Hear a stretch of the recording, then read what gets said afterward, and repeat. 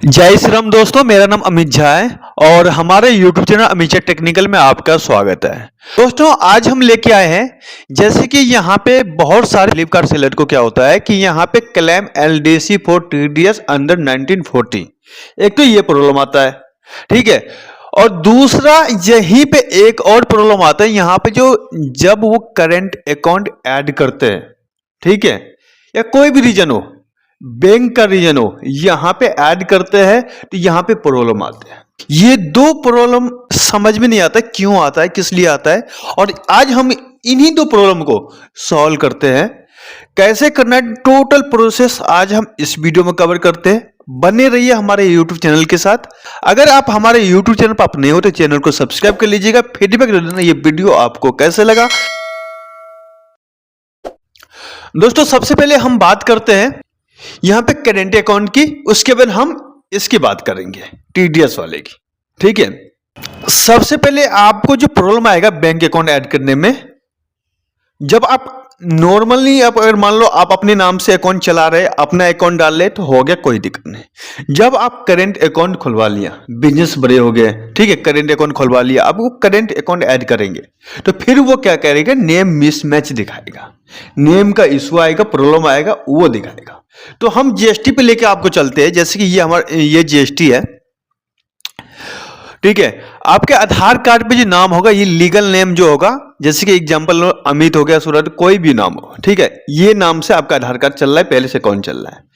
अब जो आपका करंट अकाउंट है, ये ट्रेड नाम से आपका करंट अकाउंट है, वो बार बार यही कहेगा आपका लीगल नेम गलत है, ठीक है, यही इशू आएगा। आप सोचेंगे यार ये तो सही कह रहा है यार, लीगल नेम अलग है, ट्रेड नेम अलग है, डिफरेंट तो है, तो इसका मतलब GST तो खराब नहीं है, मतलब GST में नाम गलत तो नहीं है, ये आपको समझ में आएगा। लेकिन याद रखना GST में ऐसा कोई दिक्कत नहीं है। जब प्राइवेट लिमिटेड कंपनी होता है तब वो दोनों में सेम होता है, ठीक है। प्रोप्राइटरशिप में क्या होता है, इसमें ऐसा नहीं होता है, ये सही है। तो इस केस में आपको करना क्या है, आपको ये GST ले लेना है, अकाउंट डिटेल ले लेना है, आपको एक केस रेज कर देना है। फ्लिपकार्ट पे हेल्प में जाके केस रेज कर देना आपको, इनको ये बताना है कि ये मेरा GST है, ये मेरा अकाउंट है और मैं अकाउंट ऐड करना चाहता हूं, तो ये ऐड नहीं हो पा रहा है, ये बार बार लीगल नेम का इशू आ रहा है, ये प्रॉब्लम आ रहा है। आप अपने लैंग्वेज में लिख दीजिए, हिंदी में लिखना चाहेंगे हिंदी में लिख दीजिए, इंग्लिश में चाहे तो इंग्लिश में लिख दीजिए, जैसे मन करे जिस लैंग्वेज में उस लैंग्वेज आप लिख सकते हैं, ऐसे कोई दिक्कत नहीं। लिख के सबमिट करेंगे, 24 आवर लगेगा, आपके अकाउंट में कुछ पैसे आ जाएगा, ठीक है। तो ये वो जो पैसा आएगा, ध्यान रखना कि उसे डिलीट नहीं करना है, ठीक है। अगर मान लो पैसा पता चल गया कि पैसा आ गया, दोबारा अकाउंट में जाएंगे, वो जो पेमेंट है ऐड करना होता है, ठीक है, वो ये पेमेंट ट्रांसफर ये जो है वेरीफाई करना होता है कि यहाँ पे डालेंगे, आपको समझ में वो वेरीफाई हो जाएगा। अगर मान लो पेमेंट के बारे में नहीं पता चला, आपके पास कॉल आ जाएगा फ्लिपकार्ट की तरफ से कि सर ऐसे ऐसे बात है, आपका अकाउंट अब सही हो गया, आप अपना बैंक ऐड कर सकते हैं, ठीक है। आपका जो पेमेंट आप पूछ सकते हैं कि पेमेंट वो खुद भी बता देगा, और अगर नहीं बता रहे तो आप पूछ सकते हैं तो पेमेंट कितना अमाउंट आया होगा वो बता देगा, इतने रुपये इतने पैसा आपके अकाउंट में आया, वो डाल दीजिए, हो जाएगा। कहाँ पे अगर दूर है, कहीं बाहर है तो कहीं नोट कर लीजिएगा, जो अमाउंट है वो एक्चुअल डालना, याद रखना, ठीक है। वो डालेंगे, सबमिट करेंगे, हो जाएगा बराबर, ठीक है। अब आ जाते हैं claim LDC for TDS under 1940। उन लोगों को ये होता है कि हमारे जो अकाउंट प्रॉब्लम आता है तो ये TDS की वजह से आता है, बहुत लोग ये सोचते हैं, लेकिन ऐसा नहीं है। अकाउंट का डिटेल्स वो अलग चीज है, ये TDS अलग चीज है।